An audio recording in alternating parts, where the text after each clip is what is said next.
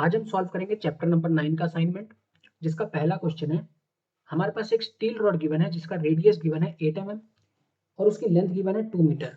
हम उस पर एक फोर्स लगा रहे हैं 150 किलो न्यूटन का, जो कि उसको स्ट्रेच कर रहा है उसकी लेंथ के अलोंग। तो हमें इसके अंदर निकालना है सबसे पहले तो स्ट्रेस, और फिर निकालना है percentage strain in the rod if the elongation in the rod is 7.46 mm।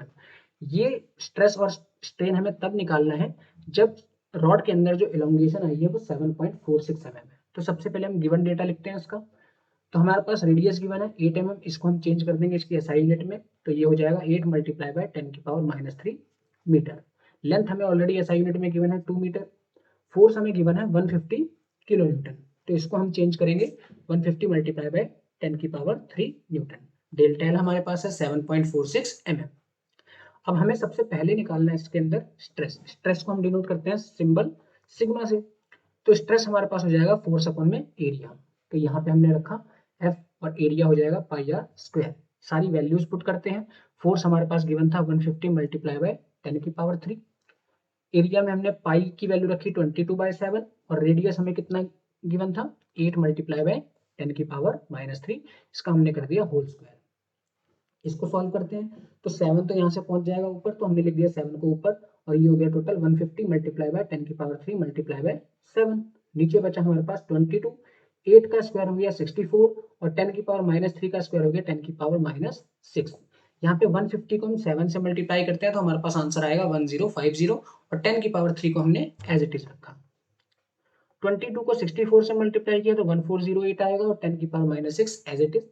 अब यहाँ पे 1050 को 1408 से डिवाइड करें तो हमारे पास आंसर निकल के आएगा पॉइंट में 745।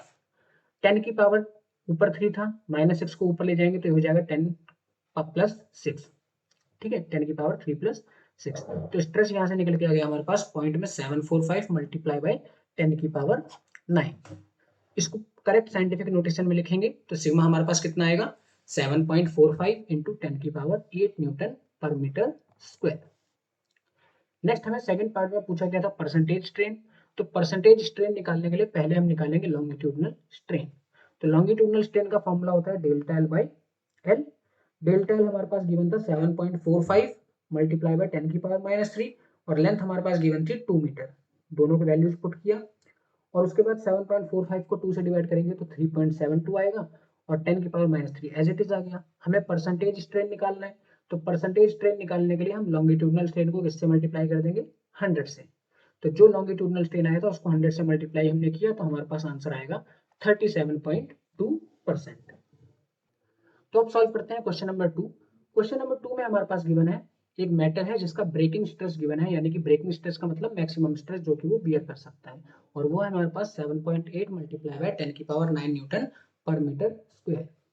हमें वो मैक्सिमम लेंथ फाइंड करनी है वायर की, इसी मेटल से बनी हुई, जिसको हम सस्पेंड कर सकते हैं और वो टूटे बिना, यानी विदाउट ब्रेकिंग हमें उसको सस्पेंड करना है।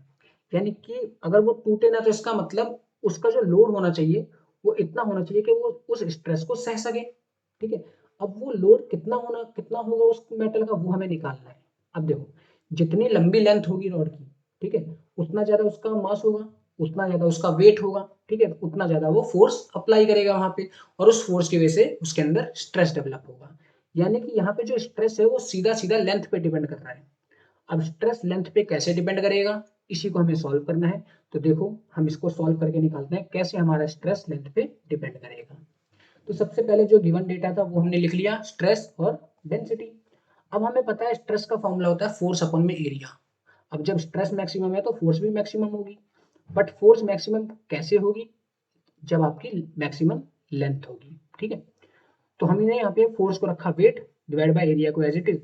वेट हो गया हमारे पास mass multiply by acceleration due to gravity divide by area.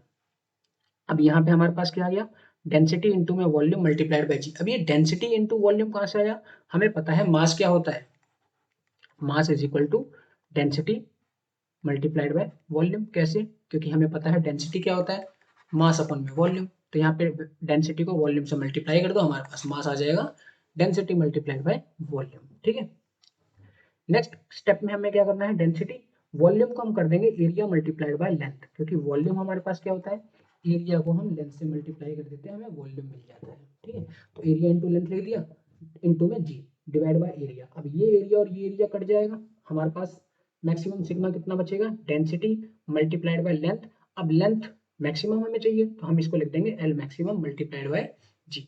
आगे इसको सॉल्व करते हैं, तो एल मैक्स हमारे पास कितना आ जाएगा, sigma max divide by rho into में जी। अब सिग्मा मैक्स हमारे पास गिवन था 7.8 इंटू 10 की पावर 9, डेंसिटी हमें ऑलरेडी गिवन थी 7.8 इंटू 10 की पावर 3 मल्टीप्लाइड बाय जी की वैल्यू हमने रख दी 10, तो मैक्सिमम लेंथ आ गई हमारे पास 10 की पावर 5 मीटर। अब देखते हैं थर्ड क्वेश्चन। थर्ड क्वेश्चन बहुत ही इंपॉर्टेंट क्वेश्चन है और ये आपकी एनसीईआरटी का एग्जाम्पल भी है। इस क्वेश्चन के अंदर हमारे पास गिवन है एक कॉम्पोजिट वायर है जिसका यूनिफॉर्म डायमीटर है 3 mm। कॉम्पोजिट का मतलब एक ऐसी वायर जो दो मटेरियल से बनी हुई है, ठीक है। जैसे कि यहाँ पे आपको फिगर में दिख रहा होगा, ये जो वायर है पूरी ये दो मटेरियल से बनी हुई है, कुछ लेंथ इसमें कॉपर की है और कुछ इसमें स्टील की है। कॉपर की लेंथ हमारे पास गिवन है 2.2 मीटर और स्टील वायर की लेंथ हमारे पास गिवन है 1.6 मीटर। इसको हम क्या कर रहे हैं, इसको हम स्ट्रेच कर रहे हैं under a load bye 0.7 mm, यानी कि इसको हम खींच रहे हैं किसी फोर्स के द्वारा, और इस फोर्स को अप्लाई करने से यहाँ पे थोड़ा सा क्या आया, एक्सटेंशन आया, और वो एक्सटेंशन आया 0.7 mm। अब ये जो एक्सटेंशन आया ये पूरी रॉड में आया है, ठीक है। लेकिन यहाँ पे अगर हम इनका अलग अलग एक्सटेंशन देखें तो इसका एक्सटेंशन अलग आएगा और इसका एक्सटेंशन अलग आएगा, क्योंकि दोनों का यंग्स मॉडुलस क्या होता है, अलग होता है, ठीक है। अब हमें ये फाइंड करना है यहाँ पे कि यहाँ पे हम कितनी फोर्स लगाएं, ठीक है। ये जो हम फोर्स लगाई है ये कितनी फोर्स लग रही है यहाँ पे जो जिसने इसको इतना एक्सटेंशन दिया है, ठीक। इसको सॉल्व करने के लिए हम सबसे पहले देखते हैं हमारे पास क्या क्या गिवन है। तो डायमीटर गिवन था, वहां से हम रेडियस निकालेंगे, रेडियस आ गया हमारे पास ये। लेंथ ऑफ कॉपर वायर हमारे पास गिवन है 2.2 metre. Length of steel wire given है कितनी, 1.6 मीटर। टोटल एक्सटेंशन जो कि हमारे पास गिवन था 0.7 mm, उसको हमने मीटर में चेंज कर दिया, वो हो गया 0.7 इंटू 10 की power -3 metre. Young's modulus copper का भी गिवन है और यंग्स मॉडुलस स्टील का इतना गिवन है, ठीक है। अब देखो, जब भी हम फोर्स अप्लाई करेंगे कंपोजिट वायर पे तो स्ट्रेचिंग फोर्स दोनों पे सेम होगी, दोनों पे जो है सेम फोर्स अप्लाई होगी। अब दोनों का एरिया ऑफ क्रॉस सेक्शन भी सेम है क्योंकि डायमीटर सेम है, तो इसके अंदर जो स्ट्रेस आएगा दोनों ही वायर्स में, ठीक है, कॉपर में और स्टील में, दोनों में स्ट्रेस आपका सेम आएगा। तो हम ये लिख सकते हैं सिग्मा कॉपर यानी कि stress in copper is equal to stress in silver, और उसको हमने सीधा सीधा लिख दिया सिग्मा। अब आगे इसको सॉल्व करते हैं। अब जैसा कि हमें पता है यंग्स मॉडुलस का फॉर्मूला होता है stress by strain, that is sigma, और स्ट्रेन क्या होता है delta L by L, L को ले जाएंगे ऊपर। अब यहाँ से हम डेल्टा एल का फॉर्मूला निकालेंगे, तो डेल्टा एल हमारे पास कितना आएगा, sigma into L divide by Y.